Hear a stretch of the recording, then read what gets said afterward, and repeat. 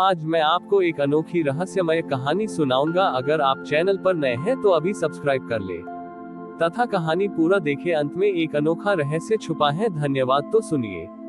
प्राचीन मगध राज्य के एक शांत गांव में, जिसका नाम विरासत नगर था, लोग अपनी पुरानी परंपराओं और धरोहरों को लेकर बहुत गर्व महसूस करते थे।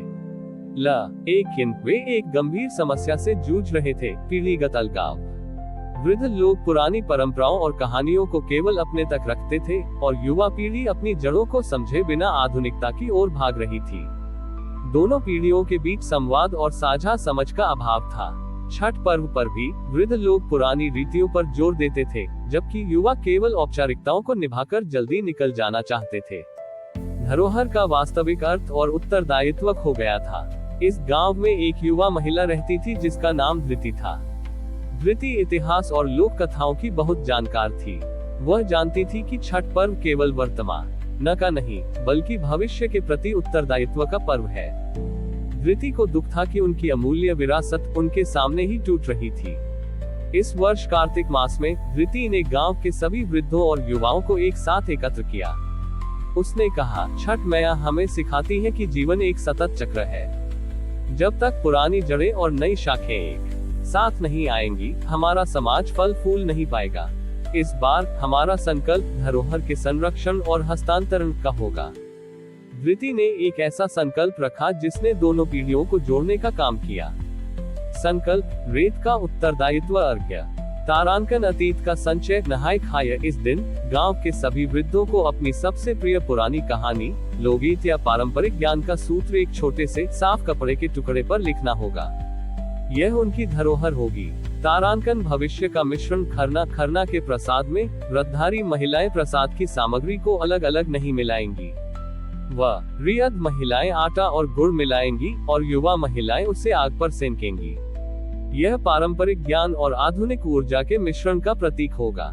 तारांकन हस्तांतरण का अर्घ्य: संध्या अर्घ्य के समय व्रती नदी के जल में खड़े होंगे। उनके हाथ में कोई प्रसाद नहीं होगा। इसके बजाय सभी युवा उस रेत को अपने हाथों में लेंगे जिसे वृद्धों ने नदी के किनारे से एकत्र किया होगा। ये पीढ़ीगत विरासत का प्रतीक होगा। धृति ने समझाया, युवा अर्घ्य देते समय उस रेत को सूर्य की ओर दिखाएंगे और प्रार्थना करेंगे कि वे अपने पूर्वजों की धरोहर की रक्षा और सम्मान करेंगे। अर्घ्य के बाद वे उस रेत को नदी में नहीं बहाएंगे, बल्कि उसे वापस लाकर अपने घरों के आंगन में मिट्टी में मिला देंगे। षष्ठी की शाम आई।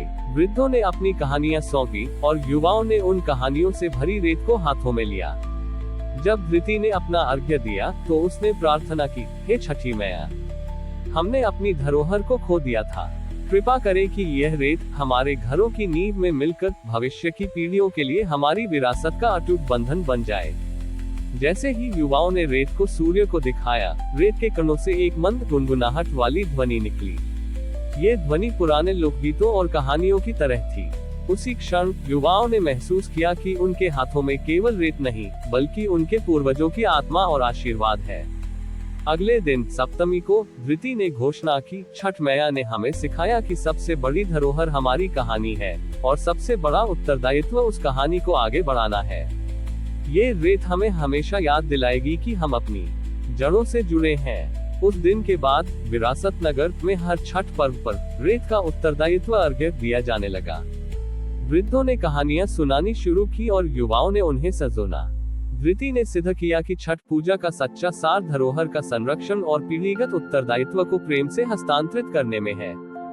धृति के रेत के उत्तरदायित्व अर्घ्य ने विरासत नगर में पीढ़ीगत संवाद और सम्मान की भावना भर दी थी।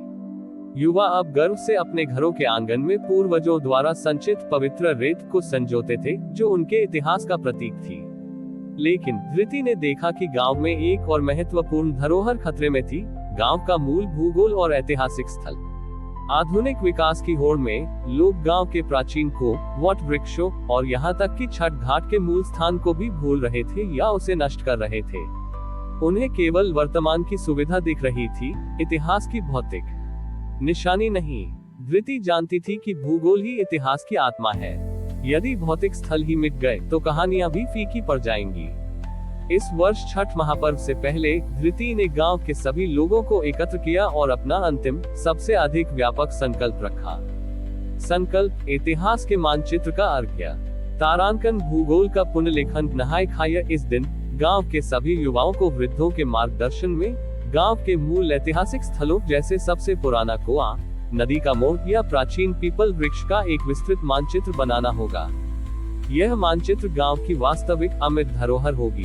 तारांकन: तीर्थ का मिश्रण। खरना के प्रसाद में व्रती कोई साधारण जल नहीं मिलाएंगे। उन्हें गांव के उन सभी 7 प्राचीन और महत्वपूर्ण जल स्रोतों, कुओं, बावड़ियों, नदियों के मोड़ से थोड़ा थोड़ा जल लाना होगा। ये जल प्रसाद में मिलकर गांव के संपूर्ण भूगोल की शुद्धि का प्रतीक बनेगा। तारांकन: अखंड समर्पण। संध्या अर्घ्य के समय व्रती नदी के जल में खड़े होंगे। वे कोई प्रसाद नहीं लेंगे। इसके बजाय सभी मिलकर उस मानचित्र को सूर्य की ओर दिखाएंगे जिसे उन्होंने बनाया था। धृति ने समझाया, यह मानचित्र केवल कागज का टुकड़ा नहीं है, ये हमारे इतिहास का आईना है। हम सूर्य से प्रार्थना करेंगे कि वह हमारे भूगोल को चिरस्थायी संरक्षण दे ताकि हमारी कहानियां कभी न मरे। अर्घ्य के क्षण धृति ने मानचित्र को सूर्य को समर्पित किया और प्रार्थना की, हे छठी मैया, हमने अपनी कहानियां बचाई, अब हमें अपनी भूमि बचाना सिखाओ। कृपा करें कि यह मानचित्र हमारे भविष्य के पथ प्रदर्शक बने। जैसे ही सूर्य की अंतिम किरणें उस मानचित्र पर पड़ी, मानचित्र पर अंकित सभी प्राचीन स्थल न केवल कागज पर बल्कि वास्तव में भी एक मंद, सुनहरी आभा से दमक उठे। यह आभा लोगों को उन स्थलों के महत्व की याद दिलाती थी। अगले दिन सप्तमी को धृति ने घोषणा की, छठी मैया ने हमें सिखाया कि सच्ची विरासत पुस्तकों या शब्दों में नहीं, बल्कि उस भूमि के हर कण में है जहां हमारे पूर्वज चले थे। यह मानचित्र हमें हमेशा याद दिलाएगा कि हम अपनी भूमि के रक्षक हैं। उस दिन के बाद विरासत नगर ने अपने ऐतिहासिक स्थलों को संरक्षित करने के लिए एक नियम बना दिया। धृति ने सिद्ध किया कि छठ पूजा का अंतिम और सर्वोच्च संदेश अपनी संस्कृति और इतिहास को पीढ़ी दर पीढ़ी, भौगोलिक और आध्यात्मिक दोनों स्तरों पर जीवित रखने के सामूहिक उत्तरदायित्व में निहित है। हमारी और भी आध्यात्मिक एवं अनोखी कहानियां देखने के लिए हमारे चैनल पर जाएं तथा धार्मिक एवं पौराणिक अनोखी कहानियां हमारे चैनल पर है। कृपया जाके देखें तथा हमारे चैनल को सब्सक्राइब करके रखें और वीडियो लाइक जरूर करें। धन्यवाद।